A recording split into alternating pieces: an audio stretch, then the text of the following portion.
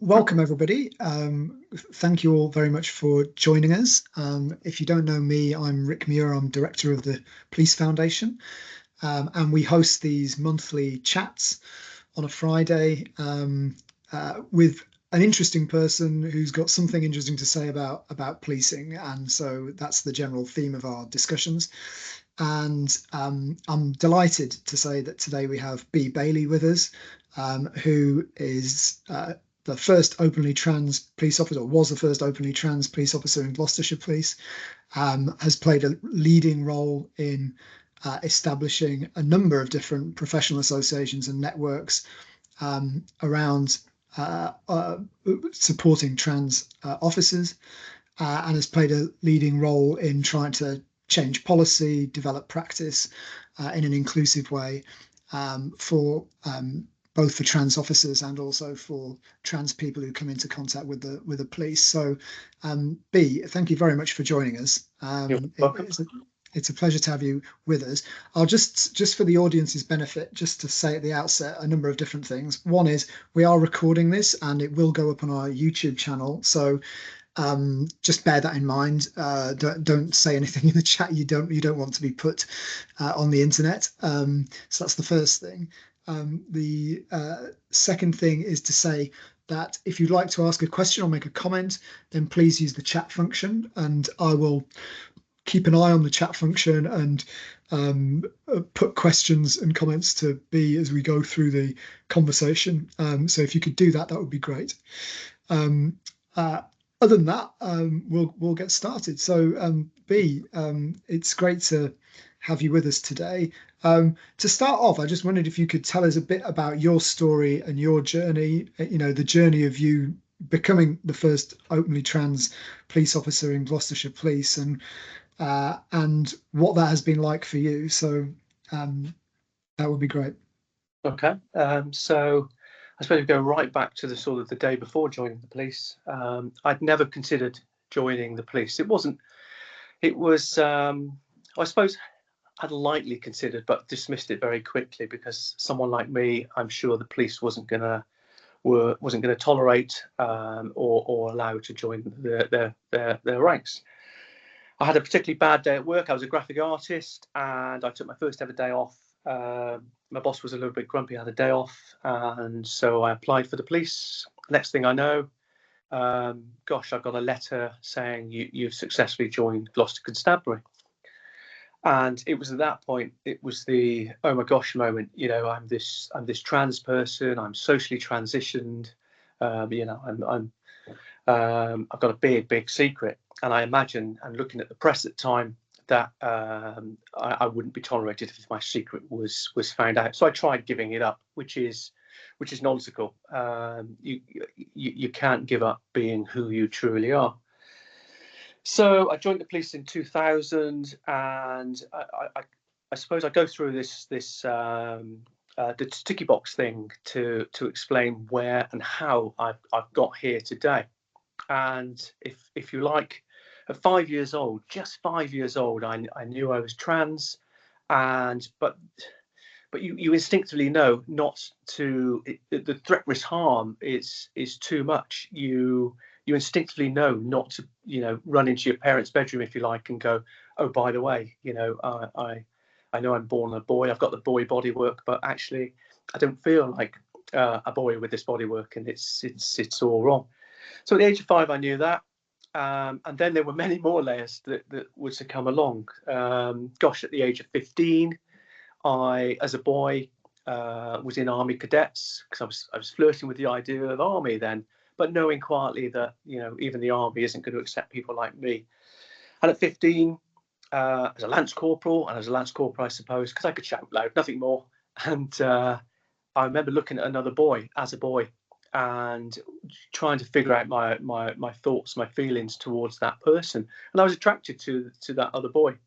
And so there you go. I've got the T and the B, and life goes on a little bit.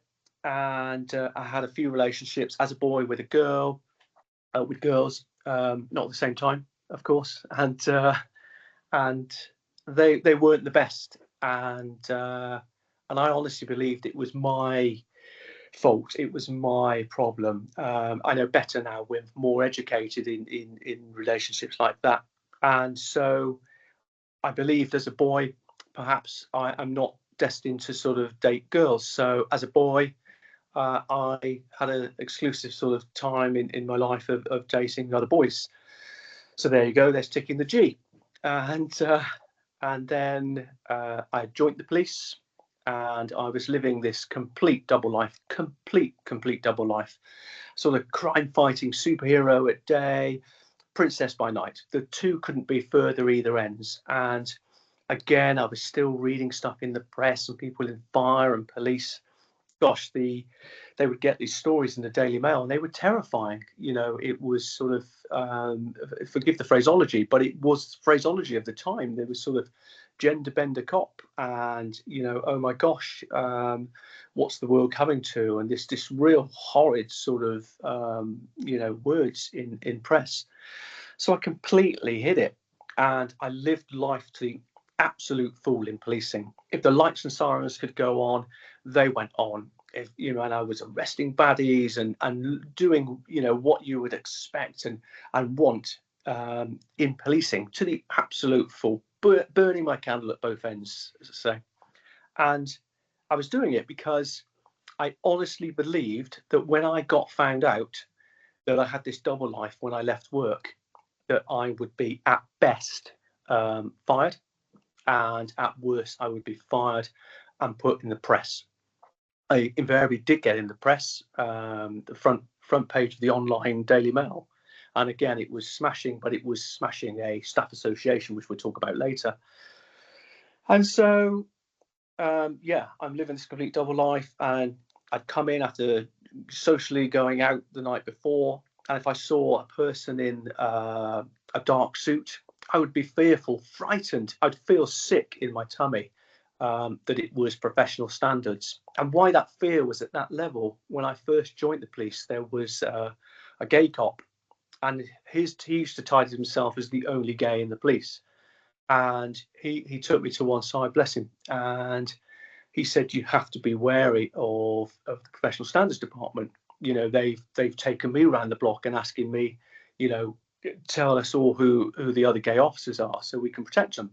And let's bear in mind, this sounds like shocking news, but this was 24 years ago, and the world was a different place. We have all moved on somewhat then. And so that instilled that fear of already having the fright that if I get found out, I would get sacked. But oh my gosh, now there was this, if I got found out, these professional standard people, if they're doing this to the gay guy, what would they do if they find out someone like me who's got the B, and all these sort of ticky boxes? So I was really, really frightened, and I kept it hidden as long as possible, living police life to the absolute full, and just waiting day in, month out to get found out and get fired. While I'm in the police, I meet my partner, wife, love of my life. Very romantic. We met at a skip. She was a seasoned crime officer, and it was a vandalised skip. The baddies had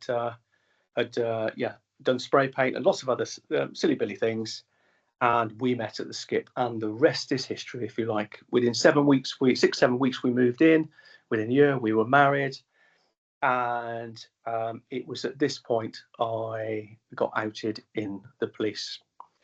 I was outed by a guy who is from Life on Mars times, if you like. He's long gone, retired.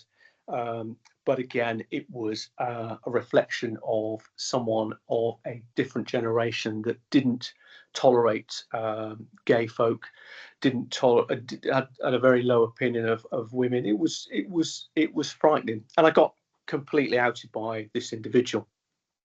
I had a bit of a wobble because my biggest, hugest secret was out there. My life is imploding. I'm questioning, what are my opportunities, if any? Am I going to be leaving the police? Am I going to lose my job? What's going to happen? Are those PS&Ds going to come after me and start investigating me because I am so different? And so I had 5 months off. And when I had those 5 months off, I realised two distinct things. One, I couldn't put this big secret back in the box. I couldn't go round to 3,500 people in Gloucester Constabulary and say, hey, what you heard is all nonsense. Hey, just ignore it. Let's all move on. And the second part, I realised it really, really hurt. There was things that could have been done better. The bad person could have been addressed better. And so I made this bold decision, if you like, to, knowing that I couldn't put the secret back in the box, to come back as the real me. That, we hear the lines now, bring your real self to work, your full self, live your full self.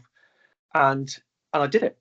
I actually came back to work as the real me. I was in police intelligence at the time, and even that was terrifying. So it wasn't. I was lucky in so much I wasn't front line, but I, for all intents and purposes, having now married the love of my life, tick the L. So I've got the L, the G, the B, the T so far.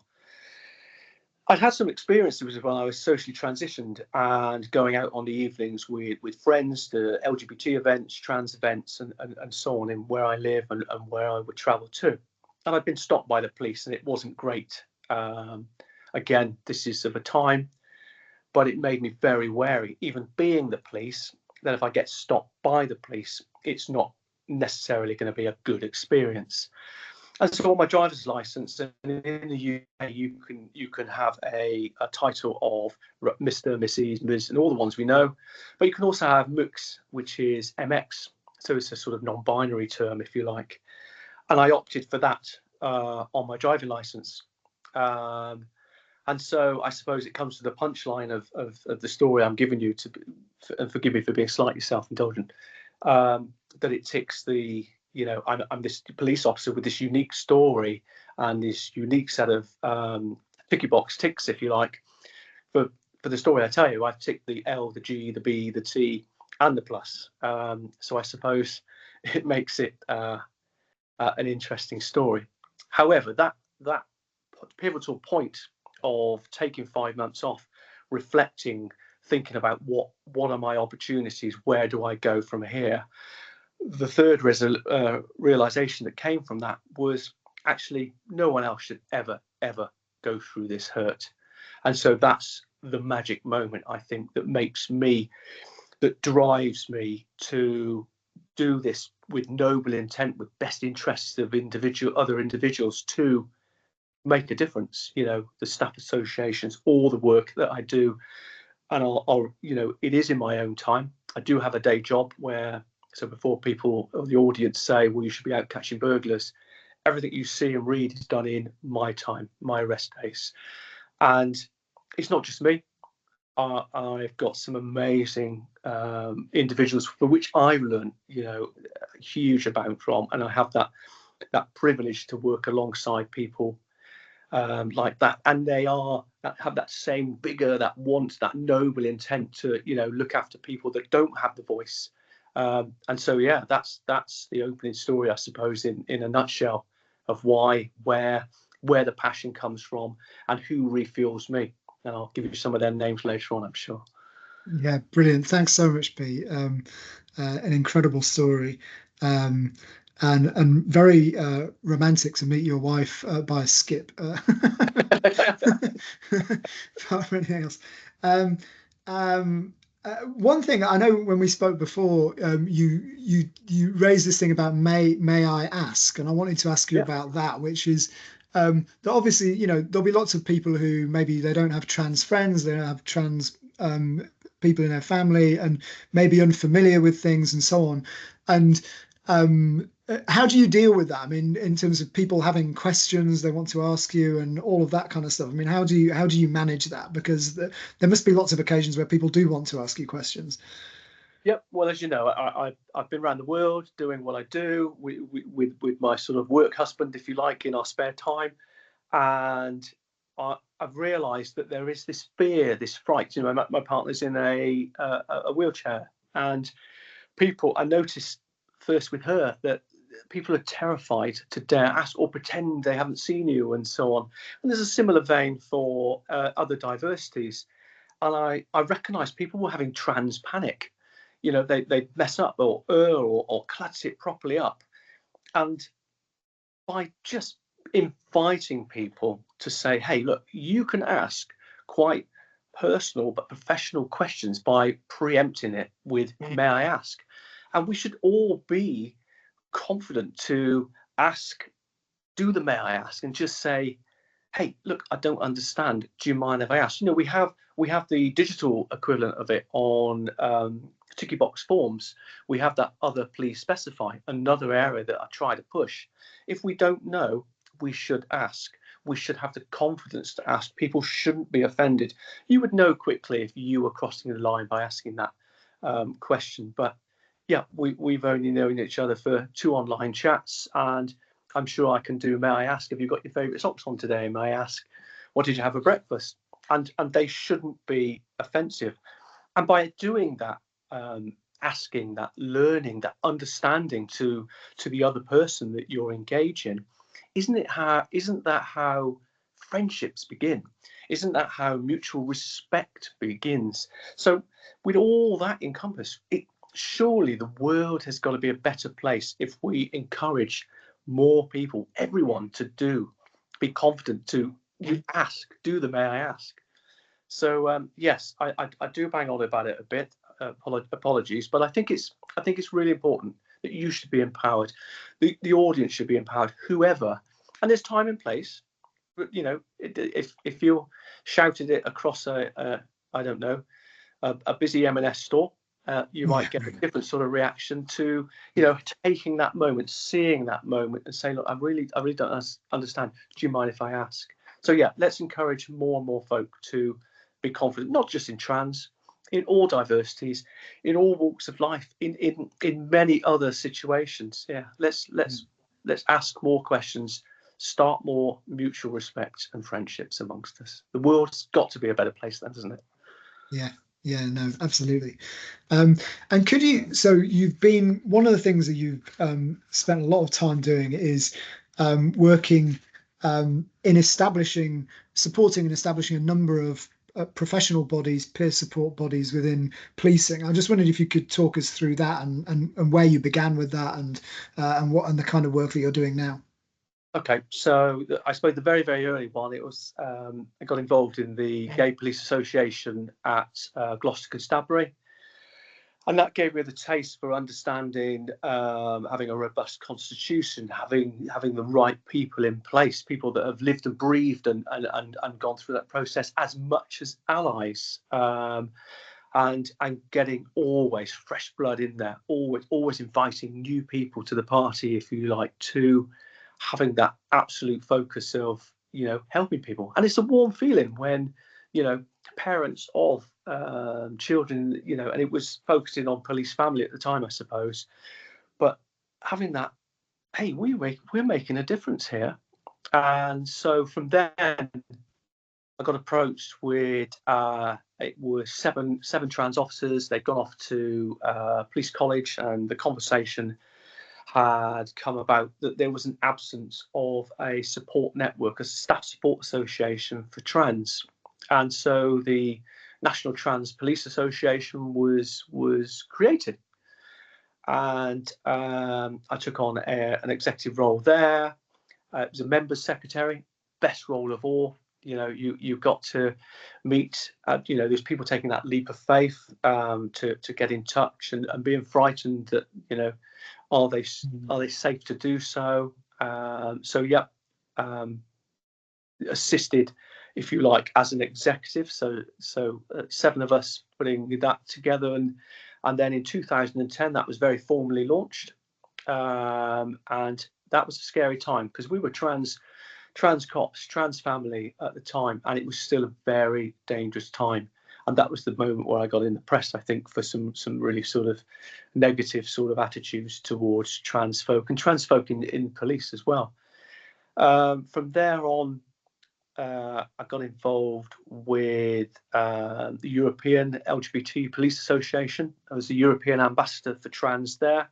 And again, I had an excellent sort of full license, really, of advancing trans across Europe, ensuring that policies, procedures, best practices, and so on were good for folk there. It's quite a challenge, it's got to be said. But at the same time, there used to be a national gay police association, and I think it maybe it had its own internal problems, and eventually the Gay Police Association was no more. And so there was this real absence for LGBT police family in the UK. And I think the idea came up in Staffordshire. There was the chief constable there, and this is where I met my fabulous work husband, Pete Rigby.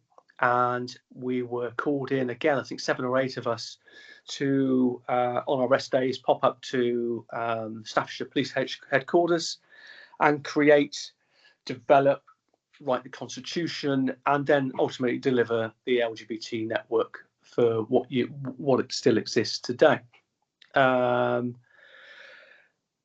National Trans Police Association then amalgamated with it, but it seemed that there was this absence for specifically for trans, although there was lots of good work being done in the LGBT network.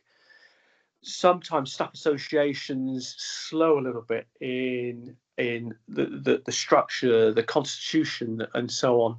So in 2018, when I was in Paris as the European ambassador for trans, I made a promise that I would create and deliver a peer support group, and that today is called TCOPS Europe, and it is a peer support group. It is what it says on the tin, I suppose.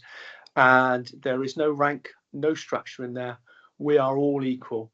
It invites new blood, any trans family, non-binary family. They are welcome, and there is an active, useful conversation, and it comes in bits and starts. You know, something might happen in the press, or something might happen to one of our members, our friends, and we can have that instant conversation. We are all trans police law enforcement that have had possibly similar or very same experiences, and we can share that. And it's very much a tight sort of friends peer support as is needed. And I think it works very well. You know, it's not slowed down by constitutions or structure. It is just people that have lived and breathed the saved lifetime, if you like, experience in policing.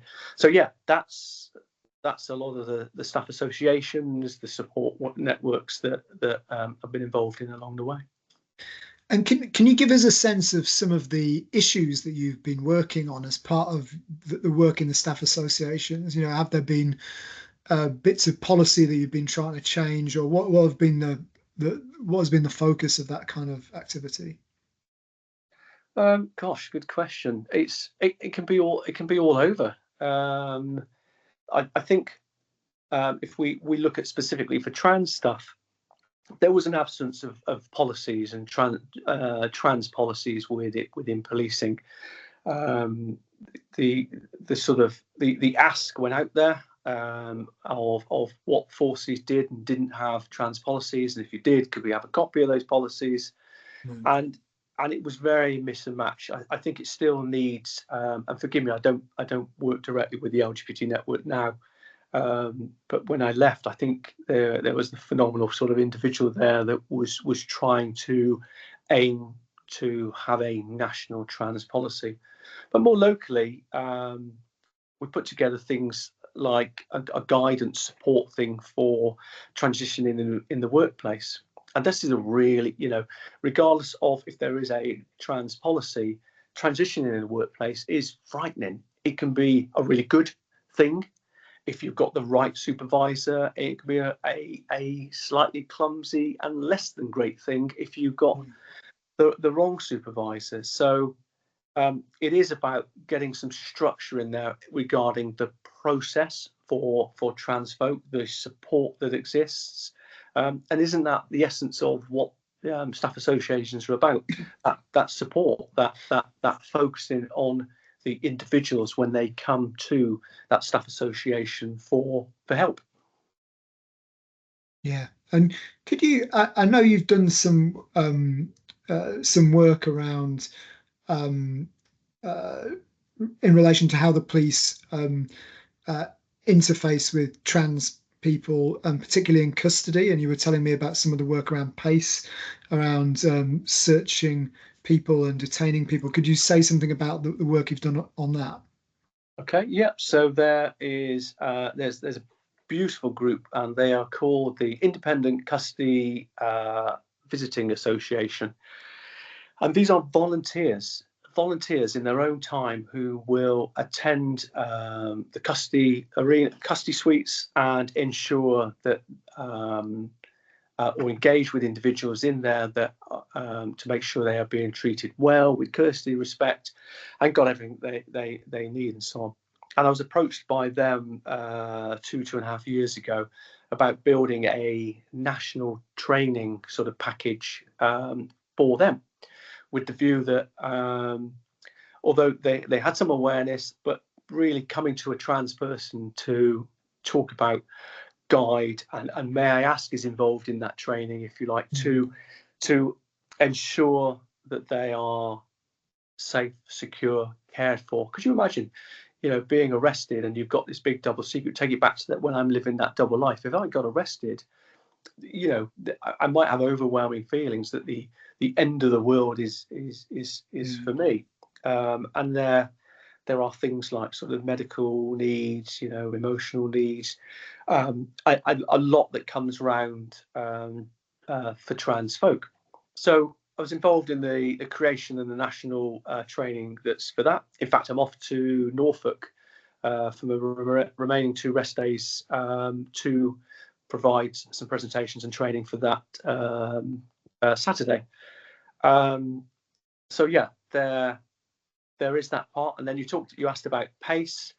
When the National Trans Police Association, the National Trans Police Association, or NTPA, was still in existence, there was one of the projects we had was to create an addition to PACE law, and it was headed by a phenomenally intelligent individual in there, and our sort of thoughts and feelings and bits were put in there. And after, I think, about 2 years, an addition to PACE law was created, and that's PACE Code C Annex L 1 to 5, and it's about the correct process, or the best possible process that could exist regarding the searching of trans detainees.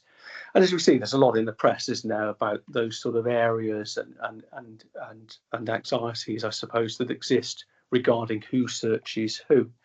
But yeah, it's, rather than me go through the details, it gets quite wordy, but it is, yeah, PACE Code C, Annex L 1 to 5. And that gives you a phrase I love to use, it applies the dollop of common sense on what to do. The may I ask, the asking sensible, pertinent questions along the way, so that person's treated with dignity, because there's no getting around it. If you come into police detention, there has to be a search, not just for for the safety of the individual, and the organisation around that individual. So something had to exist, and in the absence of anything, that section, that addition to PACE, was created by NTPA. Great.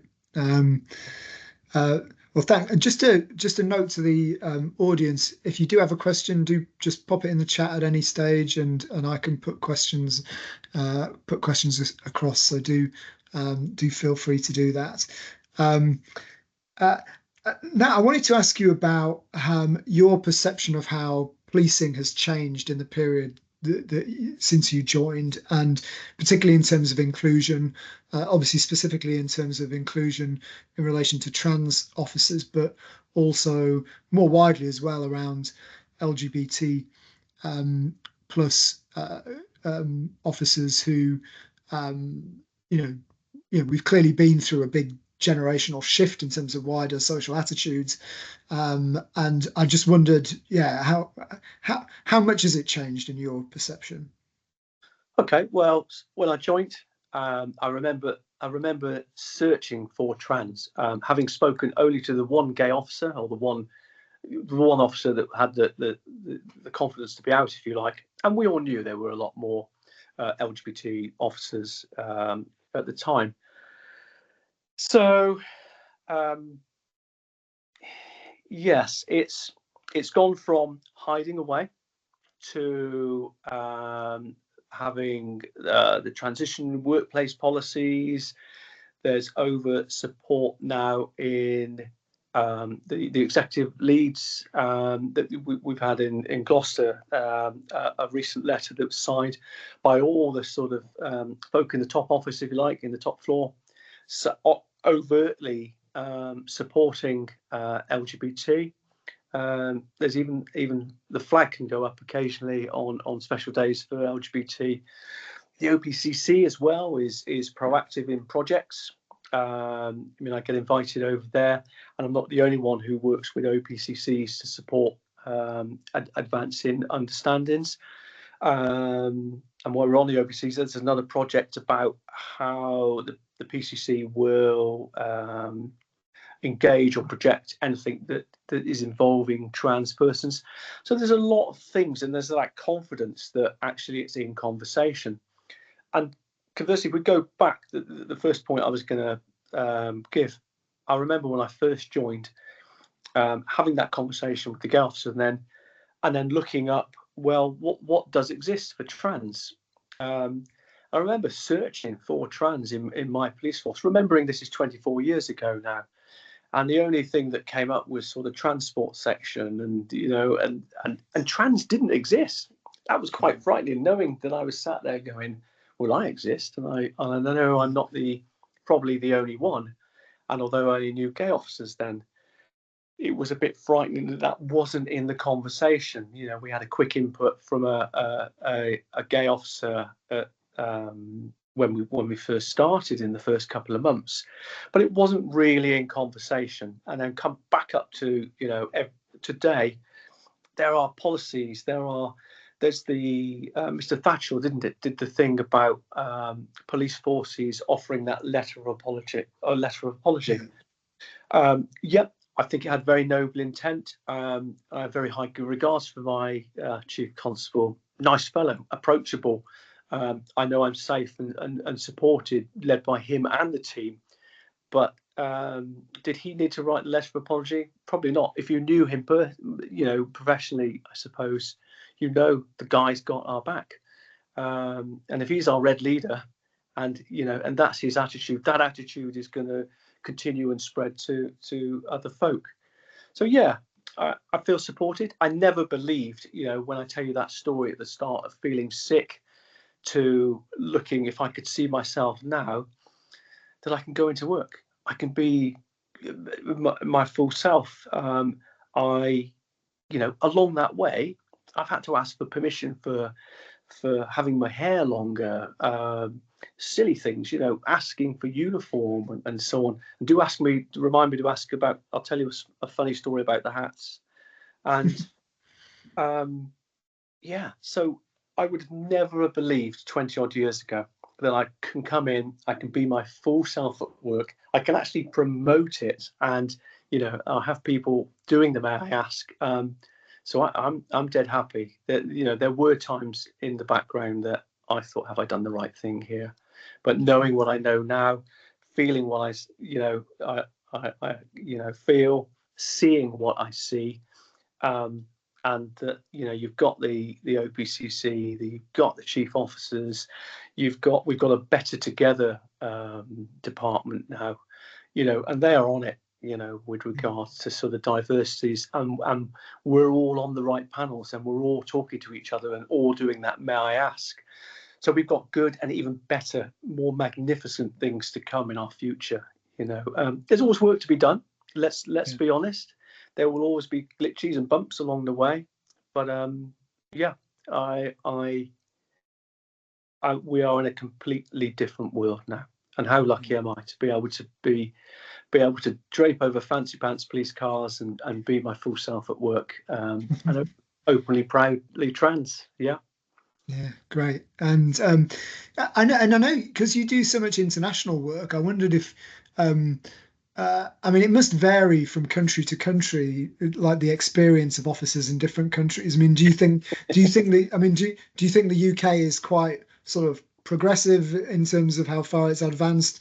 I mean, there must be some other countries which are sort of way behind. And what's your perception of that, and where we are relative to other countries in terms of policing? Yes, there is indeed. So, to add to the sort of better picture of how I've got to the overseas stuff, it was the European ambassador stuff with the European LGBT Police Association. But then myself and there was a lovely guy, Lou Prover, and then my work husband, Pete Rigby. We've gone, if you like, independent now, and it was an interesting time, but it absolutely took off. We are agile. We have lots of overseas experience, and gosh, yeah, visit some interesting places. And you're absolutely right. It's a fair question to pose. Where we are in the UK, we're in a good place, and we can reiterate that there is work to be done. But some of the places we have gone to, yes, there is some serious work to be done. There are some frightening challenges along the way. We've worked in Macedonia. We were working there, and I'm doing a presentation, and someone suddenly gets upset and starts banging the desk and telling me about 500 years of Ottoman Empire, and there will be no gay officers in the police, and and we were invited there to do that by their training. We found out that this person was the chief inspector in policing, so we put the brakes on, and we spoke to the new recruits, and they said, yeah, of course there's gay people in the police and law enforcement, and so you could see where, as I've got the sort of support from our leaders, if you like, that support isn't there, and there are the Western Balkans is all in the same sort of area. There's education to be done and there's training, but we're involved. That's got to be the good thing, isn't it? We are doing good there, but yeah, it's interesting, and it takes you by surprise sometimes when you think there's some very progressive ones, and then there are little bits or absence of education and whatnot. But UK wise, yeah, we're doing all right. I suppose if I asked a group of people, in fact, here's a really good idea. Imagine we got, I don't know, 200 sort of police and law enforcement in a big room, and you put me on stage and I ask for people to put their hand up. Stick your hand up if you're LGBT or anything else. Would those people put their hands up? And we all have it built in instinctively, don't we, that what's the threat, risk, harm if we say, if we do, if we put our hand up, if we identify, and so on. And I think a really good example of that, if that was in a police environment, in the police sports hall at headquarters, and we asked those 200 people, honestly, put your hand up now, even though they're still considering the threat, risk, harm in their heads of, how will this affect things? I think you would get a really good show of hands. You would get people putting their hands up. And there is the demonstration of the world that exists today in the UK, for example, that there is that trust, that confidence, and that feeling, I'm okay to put my hand up and say, yeah, this is me, and conversely go back 20 years and imagine how many hands would or would not have gone up. So we're doing all right in the UK, but there is work to be done. There's always work to be done. I wanted to ask you about the relationship between the trans community and the police, and how you think that's changed. And particularly, I know you give a lot of advice around responding to anti-trans hate crime, for example. So how has that developed in recent years? I think that there was, I talked about being pulled over by the police and having a less than great experience. I think there's still education to be done, and I think that that's easily seen in some departments. Professional standards is a really good example, I think, and I'm only saying them, I'm not picking on them specifically, but I remember a retired inspector in there, and an opening line with this individual was, I don't know anything about trans, so I'm hoping you'll help me. And this was a trans case. That really shouldn't be the case. There should be more the thinking of, hang on, we have a staff support association, we have a national staff support association, we have not just me, but we have particularly out there proud individuals that have the ability to teach, present, train, and it's about looking inwardly, specifically because professional standards, for example, is that one that would deal with a trans complaint outwardly in towards the police. So there's education to be done. The trans community is far better. I engage. I have friends who who are on the kingdom of Gloucester Constabulary, if you like, and far and beyond, and they've got the trust and confidence in the police.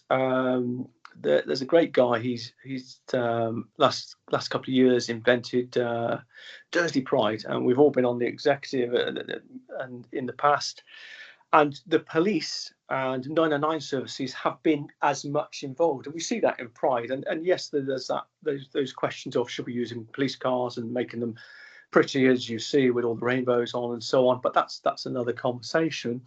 But it's a demonstration, isn't it, that there is that confidence in trans and the police, and to see the police, overtly supporting, even if it's the car parked in the corner and there's two cops there, and you have the option to have that conversation. I think trans community knowing that there are trans cops in the police as well. You touched on, I deal with the hate crimes. Yep, absolutely. I have a brilliant sergeant who will, and we all deal with hate crimes, but if it's anything trans related, sometimes just having that conversation, that person's had a really bad day, haven't they?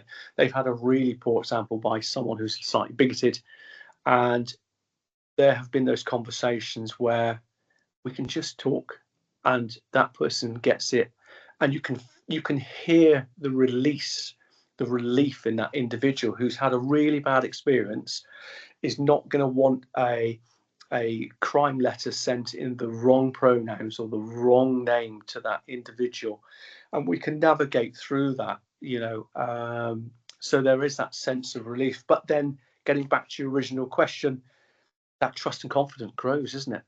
They can do the may I ask as much as I can do the may I ask, and I suppose it's easier for me, but it can be for everyone by doing the may I ask, to ask those initial right pertinent questions. How out are you, for example?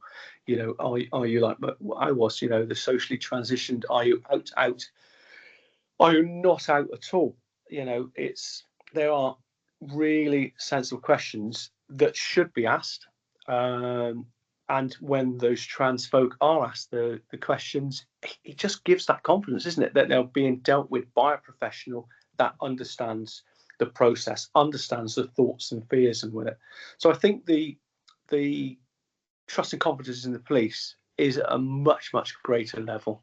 You're always going to get a bad example, but hey, if you get really bad, tell them, give me a phone. Yeah. We'll see if we can work it out. Yeah, great. Well, we got some good questions coming in, B, so I'll just put them to you. So the first one is the searching by transgender officers and staff policy was withdrawn for review earlier this year. What are your thoughts on that? I can sort of get it from 2 points of view, and I'm sure one of the next questions will be toilets as well, and it is frightening. The trans officer is going to be more frightened than the individual, I can assure you. But hey, we've got our smart hats on and our uniform, and we've got to do the policey bit. Searching is so complicated, isn't it? So delicate. They've got to be searched for a host of reasons, for their safety, for the officers' safety. It's not done on a whim. I don't think any officer goes out to say anything. Hey, I'm going to have a really awkward and complicated day. I'm going to find myself a person as a trans cop or a cop searching trans, and go through that delicate, awkward process. Searching is, I suppose, I don't really know what the magic answer is there. I've tried to think it from so many directions. Yes, it has to be done. There is no getting around it. How do we get around it? I don't know. We could open a bottle of wine now and spend the rest of the evening, and we're not going to find that answer. So rather than me do 1,000 pretty words, I don't really know what the answer is. It needs more conversation. It's been the right thing to put it on hold, I think. And yeah, let's see what comes. And then when we get that product that is delivered, I think then is for the conversation. But as much, it needs review by the public, but sensible conversation, not angry conversation from both ends. Sometimes we really do lose ourselves. Let's take it right back to where we started at the end on your second question of the may I ask. Let's have that sensible conversation. Let's do this right, because it's going to exist. But there are lots of it's so multifaceted. Yes. Let me spare you the 1,000 words Really helpful. We have a question here. What are the lessons learned, you think, from your experience transitioning in the workplace? Can you give us some examples of best practice to incorporate into policy or process? Okay. Well, here we can do the 3 hat story of a great example of doing the right thing. But I'll tell you the story first. So it was getting obvious. I was starting to, I was on my hormones, and lumps and bumps and shape was changing. And at that same time, you want to start growing your hair. Now, remember, we touched on, I had to get permission and give my inspector at the time photos of what my intended hair was going to be. And I gave a picture of Samantha Bond and said, I'd like it like this, if that's acceptable, and waited for a granted permission that would be acceptable. Now, no born woman would ever have to do that in the police. Let's just look at it from that point of the moment, with the tongue in my cheek. And gosh, what was the initial question again? What are the lessons learned from your experience transitioning in the workplace, and can you give us some examples of best practice? Thank you. So I'm growing my hair long, and I'm clearly starting this journey. And we have a thing in Gloucester called RIAT, Royal International Air Tattoo. And you might not know this, but you can leave £1,000 in cash on the side in a police station, or a kilo of heroin that's been seized, and that will stay there forever. No one will touch it. No one will move it. The integrity is brilliant. But if you leave your hat for more than 3 minutes unattended, it goes missing. And sure enough, my hat went missing, and I got put on RIAT. I never finally got there, in all honesty. But anyway, I was on the initial operation to go to RIAT, and I thought, this is exciting. I make sure I've got my hat and so on. And my hat had, let's say, gone missing. So I went to uniform stores, and I asked for a new hat. And the guy in there looked me up and down, and you could see that I was developing a different shape. And he sort of looked in my chest area, as professional as one does. And he looked up at my face very quickly, realizing where he was looking and seeing lumps and bumps. And he sort of wobbled and went pale. He said, what hat do you want? And clearly conversation had got round the business at this point. And I said, that's a very good question. I said, I know what hat I want, but I'm not sure what hat the organisation is prepared to give me at this point. So at this point, he wobbled a bit more, went a bit more pale, and looked me up and down professionally. And he had this light bulb moment. You saw him just light up. And he said, I tell you what, I'll give you all the hats and you decide. So I walk out with all these hats under my arms. I meet the chief constable at the time, Tony Melville, brilliant guy. And he said, B, you never fail to surprise me. What on earth are you doing this time? I said, and I told him this story about giving me, the uniform stores giving me all these hats. And he said, I'll tell you what, as long as you never put them on eBay, you keep all those hats, but you tell the story. So there you are, I'm telling Mr. Melville's story. But the point of the story, that guy didn't have the answer. You could probably see, if you could see the processing in the back of his head, he was trying to work out, what on earth do we do? This is the first trans person, it might have been the first trans person they've come into contact with, and oh my gosh, they're in the police as well. And so he gave me all the hats. But what he did, knowingly or unknowingly, he gave me the opportunity to decide of what hat I would wear. And that's the beauty, isn't it? The lessons learned, back to the original question, is sometimes we can have all these fancy pants policies and procedures and whatnot, but it should be, as much as professionally possible within the organization, led by the individual, because then it gets back to that other please specify, the may I ask. You are letting that person transition in the workplace at their own speed, and you will have a committed, happy chicken that's going to lay down. Happy chickens lay eggs. What could you ask more? But yeah, the lessons learned, I think, rather than being prescriptive and we must do, and the policy states that, apply that dollop of common sense and be led by the individuals. Because transitions are similar all the way, but everyone transitions at different rates. You know, an amazing lady in another force and phones me up and says, I'm thinking of outing myself and doing this and this. And then the next call later on, by the way, I went down to the social area. I'm out. I'm this and that and that.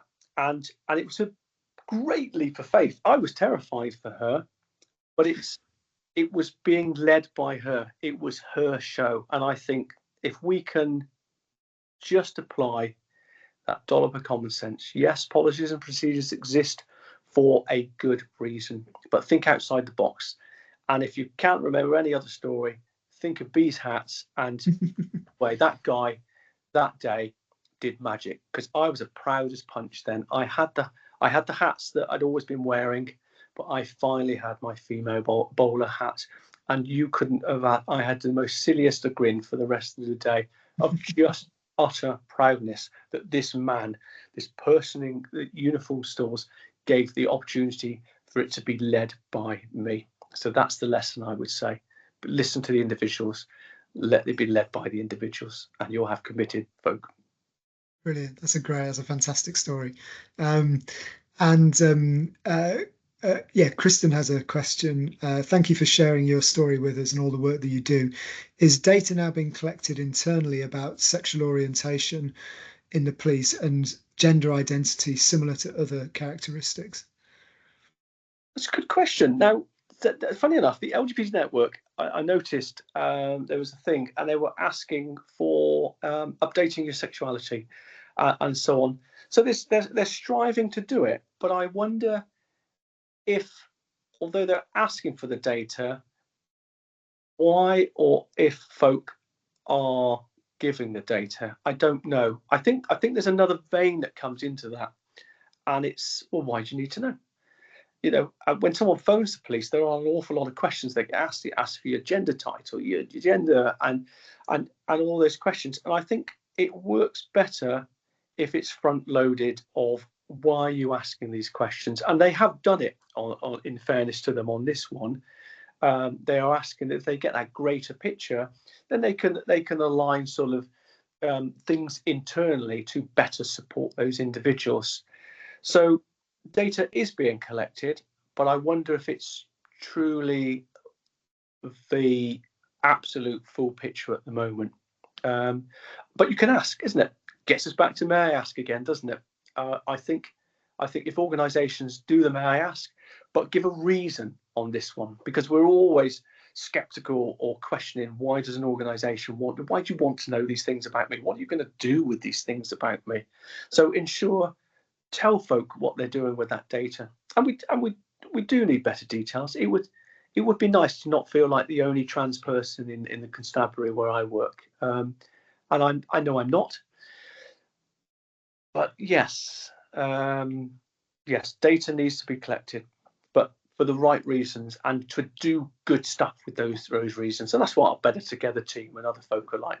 That, you know, it should be led by folk like that who get it, understand it, and will use it appropriately.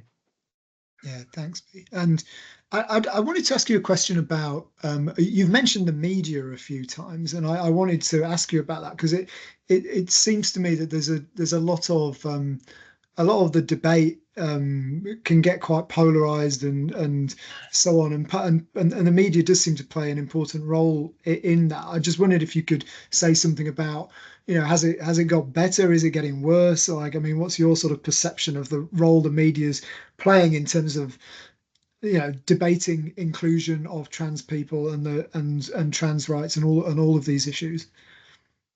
The media is far better. You know, we have gone from, you know, the gender bender cop reference that I said many years back. You can see sometimes, and when you read the lines, certainly as a trans person, it's sometimes clumsy, or they forget the sort of the title and so on. It's more not the social, not it's not the newspapers, if you like. It is angry folk. You know, there's current ones we don't need to mention specifically, but there's this real overt fighting, isn't there, of two, as you said, polarized sort of ends of argument and anger. But you know, and we get toilets, for example, are all the ones that the ones that tends to come up, and that, you know, all sexual predators. But you have to recognise there are baddies in all communities, and the percents are very low. You know, the fright, the fear that's said about folk in toilets. I can assure you, if I really have to use the toilet when I'm out about, or if I'm at work and I am really desperate, all I want to do is have my toilet, wash my hands, and get out. And I can assure you, I am more frightened than every other individual. I wouldn't want to hurt my colleagues' or friends' feelings. So it might be a little pumped up out there. Who knows? I'd like to see, just for once, you know, getting back to the may I ask, just a sensible, civilized conversation, learning about each side of the sort of the net, and to really get those conversations, thoughts, and feelings, rather than we don't achieve anything really by real vile, angry arguments. We're missing it. It gets so conflated, and yeah, what's the answer there? That's gonna go on for some time, isn't it? Yeah, no, yeah, it will, I think. Now, so we're now out of time, and I'm really sorry because I know there's a couple of questions have come up that I haven't got to, but perhaps if it's okay, B, we could maybe ask you to answer those electronically afterwards, and we can maybe feed those back to the people who've posed them. But I'm sorry we haven't been able to get to all your questions, but I just want to say thank you so much, B, for sharing your story. It's obviously, I mean, you know, immensely personal to you, but I mean, hugely enriching. I mean, I've learned a huge amount through the course of the conversation, and I think it really has shown the importance of exactly what you've just been saying, of people having um, of you know, respectful dialogue about issues, and rather than people sort of getting in these kind of polarized debates and so on. So it's and that's one of the reasons we do these chats, is to promote dialogue. So I hope everybody's really enjoyed it and learned as much as I have. So yeah, thank you, B. It's been a real pleasure to have you on. And it's not just me. I'm not the only trans cop here. There are loads of magnificent people out there making the difference. There's so many names I could have mentioned if we had another hour, I suppose. But yeah, there are lots of brilliant, magnificent folk out there. Ask them, engage them. They'll be there, happy to answer your questions and help make the difference. Sorry, everyone. My internet went down at the crucial point there, so my apologies for that. Just to say thanks to B again. Apologies for disappearing there. And I just wanted to flag that we have more of these sessions coming up. So if you'd like to join us on the 26th of July, we have Professor Paul Taylor, who's the NPCC Chief Scientific Advisor. And on the 29th of August, we have Neil Basu, former Assistant Commissioner at the Met, and we'll be talking to them about a whole series of different issues in policing. So that's 26th of July, 29th of August, 1 o'clock, usual time. So please do join us for that. And thank you all for being here, and have a great weekend. And thanks very much to Bea for joining us and taking us through her story.